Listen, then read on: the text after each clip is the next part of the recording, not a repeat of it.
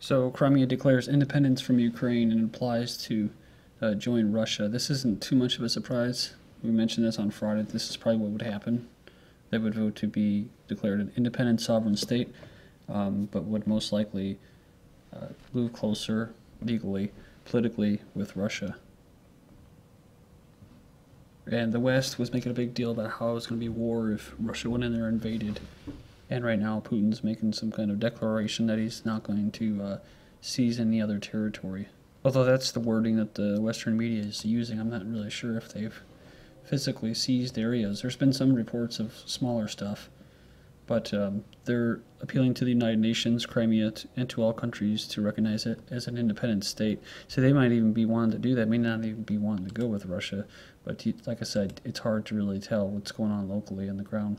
U.S. rejects Crimea vote and cites Russian intimidation. This is from 2 days ago. This is before they even voted. It says that if Crimea voted to secede from Ukraine and join Russia, it would never be recognized by the United States. Top officials of the U.S. warned. U.S. also announces sanctions against Russian officials, something that we covered, but I'll just throw it in the beginning here until we move on to some more juicier stories.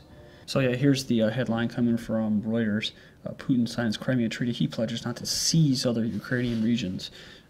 Then this is actually from the 12th. EU, the European Union, approved framework for asset freezes, travel bans on Russia. We said that they were going to be mostly, I think it's pronounced Rosneft, but basically Gazprom. They're big energy conglomerates. They're CEOs and stuff. Then you have this EU parliamentarian tells undercover reporters his time in government is just to build his lobbying business. This should not be a surprise. It's probably what most of them there are there for. And there's actually a video, that's where it's coming from. And if you type that in, you can probably find an EU parliamentarian Strasser with a hidden camera. He kind of considers being a politician is a pit stop on the road to riches. It says in 5 years I will have an office here in Brussels because this is a wonderful opportunity to learn all the people, to have my own network, and to use this network for my companies. So, moving on here, U.S. sanctions. So, these are the people that are going to be approving these sanctions against Russian companies. So it's all business, that's what I'm saying. U.S. sanctions won't affect Crimea's ascension into Russia. And these sanctions were supposedly, we covered this before, by Obama and the U.S., banning travel to the U.S. for those listed, including Crimea's Moscow-backed government, this Sergei Askanov, and this other guy, Vladimir. So they say it will not affect their work. Putin responds to the United States and European sanctions. So he signs an order recognizing Crimea as a sovereign state. Zero Hedge says, surely this will precede Putin's own executive order recognizing Crimea as the latest member of the Russian Federation. And as far as those, quote, crippling sanctions via the FT, here what the locals really think, that's a typo, and why the Russian stock market is soaring. As we reported earlier, this one person said, Moscow investment banker on U.S. sanctions. It's as innocuous as we hoped. So the charade show game goes on. Putin strikes back. Russians have their own sanctions. They're going to include U.S. senators and high-ranking regime officials. Yeah, I guess that picture just kind of says it all. I don't know how long ago that was, but I remember the video where Putin just looked like he wasn't really buying it. White House won't roll out sanctions against Putin himself. So we're not going to rule out individuals or rule out actions, except to say that there will be additional costs imposed on Russia if they don't change their direction on how it's handling the situation in Ukraine. And can you imagine if, like, China or Putin in Russia or someone in another country actually applies sanctions against, Obama or the next president, the prior president? They would laugh it off, kind of like what the Russians are doing. I actually saw an article that said that they're mocking them or something. Time for the world to sanction U.S. government. This is what a political analysis says. He calls on the global community to bring U.S. I don't like that term, but either way, he says bring U.S. rulers to justice and impose sanctions against the Machiavellian regime in Washington over his hegemonic policies. Paul Craig Roberts said that. U.S. has kind of been at the tip of the spear of the global empire, so call on the global community to act, it seems kind of senseless, but hey. And this will of course affect the American people, which haven't really. I mean, there's polls that said that they weren't really for certain sanctions, and whether or invasions of Libya or in particular Iran. But I mean, if it actually affected them, maybe they would change their mind. Maybe they'd actually start to voice their opinions more when their government starts doing things like that. When it actually starts to hit them and they feel it. This is my website, ggnonline.net. On YouTube, I got a channel as well. There's a poll there. The crisis in Ukraine is caused by either the East or Western provocation, grassroots internal parties, or none of the above. You can check that out. All right, next article I have is Sanctions. A sanctions war is bad news for Europe's energy and utility majors. I've covered this before. As far as the some countries, I think Germany was the biggest importer for Russian either natural gas or oil, probably natural gas. So they have a lot to lose by imposing these sanctions. Now, they say Gazprom is the largest natural gas producer in the world by far and irreplaceable. I don't think that's so, because I've covered this before about the U.S. becoming one of the, I think it actually surpassed Russia as the biggest natural gas producer. So, but yeah, Russia still supplies most of the post-Soviet countries with gas, and European countries, and I heard this too. They're actually working their way into the Asia-Pacific market. It's interesting to note because we'll get to an article coming up here soon about the Arctic and NATO. Some European companies have actually been investing heavily in partnerships with Gazprom, Russian companies basically, and a joint development of vast oil and gas fields in the Russia's Arctic. I didn't know this. BP and Royal Dutch Shell. I even heard Exxon, though, today, too, has invested heavily into either Rosneft or Gazprom. But, whether it's China, Russia, or the U.S., EU, it's trade wars, and it's a lot more subtle than what it used to be, just blowing shit up. Neocon, and you'll see like this stuff. U.S. should send arms to Ukraine. So this is Charles Grahammer. He thinks that sanctioning 7 Russians out of the population of 150 million is living in a different world, so we've got to send them some weapons. And it's kind of like Dick Cheney saying, got to get tough. Bill Kristol calls for Americans to be awakened and rallied to war. So he's not shy about his fetish for war in his latest piece from the Weekly Standard. He's frustrated by the war weariness of the nation. And he says that a war-weary public can be awakened and rallied. He says, indeed, events are right now doing the awakening. All that's needed is the rallying.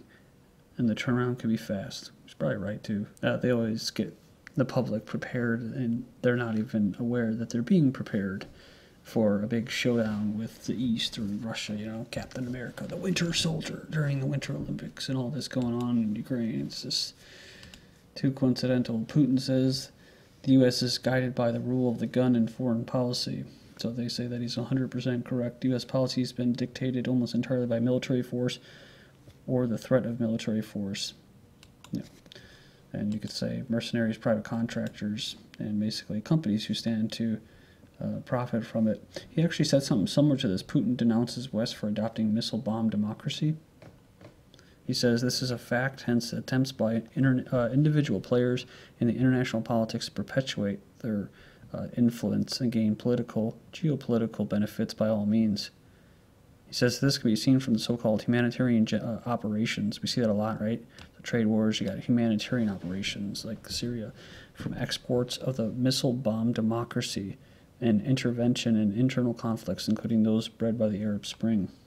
Supposedly, this is what we're seeing in the media, there's countries that are getting the jitters, and Vice President Biden's going to go over there and reassure them.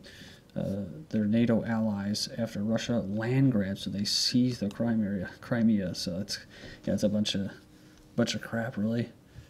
They basically had a coup d'état, the U.S. and the EU, and then they started telling Russia that you couldn't have any influence in that area, including Crimea, which was for the most part with Russia the entire time, and then signing some de facto legislation, Russia and Crimea was somehow a seizure. So, He was visiting Poland and Lithuania, who have become increasingly nervous that they could be the next in line to face aggression. So again, this is just a bunch of BS. They want them to install NATO missile shields and that. One commenter said, I mean, the whole thing about Ukraine, it's not even really about Ukraine, it's about Russia. When they were done with Syria and other operations, they were going to head towards Russia. U.S. Germany inspectors to fly over Russia amid Ukraine tensions. American and German inspectors are going to make observation flights over Russia and Belarus. So it's set to verify the true position of Russian troops and military equipment. Like someone said, what about those big, expensive satellites that are up in the air? I mean, you can't look through that, or maybe they're waiting to get shot down or to crash so they can blame them. Crimea crisis facing Harper to rethink NATO and Arctic defense. This is from the 17th. And yeah, so this is what they're looking at, to reinvest in a NATO or a military force up there. And it says here they need to be prepared for the contingency of an expansionist Russia. And of course, this is the west side of it. Russia's adventures in Crimea have breathed new life into this NATO Arctic plan for Canada. Ukraine announces full mobilization, ready for war. They're ready for combat. They'll remain committed to diplomacy, but many in the new government in Ukraine see war with Russia as inevitable. Officials are pledging harsh crackdowns against ethnic Russians in Donetsk. And I don't really think this has anything to do with Ukraine. I mean, the Ukrainian government, they're not that rich of a nation, so they know that someone's got their back. And their initials are U.S. and EU. Ukraine gearing up for war over Crimea again, just another backstory to it. It's business as usual, right? Ukraine's government agreed to earmark $600 million from the country's budget to the purchase of weapons, reparation, and military hardware. So they've called up 40,000 reservists. Now we're talking about Poland, Lithuania getting nervous, and Bulgaria and Germany planes are flying over Bulgaria and that. Crimean Tartars in Bulgaria worried for their people. They are fearing renewed oppression. Basically, they were exiled from their homeland to Bulgaria's Vatova region 150 years ago. Moving on here, Russia transfers 9 warplanes to Belarus to counter a massing of forces on the border. They say it's to fend off potential NATO threats. NATO is also sending fighter jets to Poland. Russian forces seize gas facility inside Ukraine. This is from the 15th. The Foreign Ministry said it announced an invasion by Russian forces into its mainland when 80 Russian troops backed by 4 helicopter gunships and armored vehicles seized the gas pumping station. They said here that it would be the first time they've sent occupying troops beyond the Crimean Peninsula, and if it was the beginning of an occupation or merely a probing exercise, they don't know. Former Soviet satellites signed a joint military pact, and they included Poland, Slovakia, Czech Republic, and Hungary. And it says here their current situation in Europe shows that unfortunately a military conflict previously considered unthinkable could happen. So it will be a joint combat unit that they'll create and operate under NATO and EU. In Kazakhstan, I guess they're not sure how much of an economy they had to begin with, but Kazakhstan in economic disarray, and they said it had to do with a low Russian ruble. So North Caucasus rebel leader Umarov dead. I've covered him before. Most wanted man being reported that he's dead, and these are by his people that are sympathetic to him. The way they put it, they say that these were the rebels fighting Russian rule in the North Caucasus. I've covered this guy before. He's actually considered Russia's bin Laden, Umarov. He led terrorist death squads in Chechnya during the 90s and up until 2011, until the UN finally listed him as an al-Qaeda-affiliated terrorist. So, actually, he's got support by the U.S. State Department and National Endowment for Democracy. And speaking of proxy terrorists, right? Libya, that was kind of used. Many of them were foreigners. The West wanted complete control over managing of the oil, so they have a puppet government there. Well, the puppet government actually shot rockets at a ship that was carrying oil to North Korea that was being manned by these terrorists and or militias. Eventually, I guess the U.S. Navy and Navy SEALs seized the oil tanker. These guys say that's a piracy. And they would be right, right? Yeah, Libya allegedly fired missile at this tanker. Syrian chemical weapons store attacked by rockets. Someone's trying to stop them from hitting their June 30th deadline. It's basically to prevent Assad from getting reelected. Thank you, everyone, for joining me.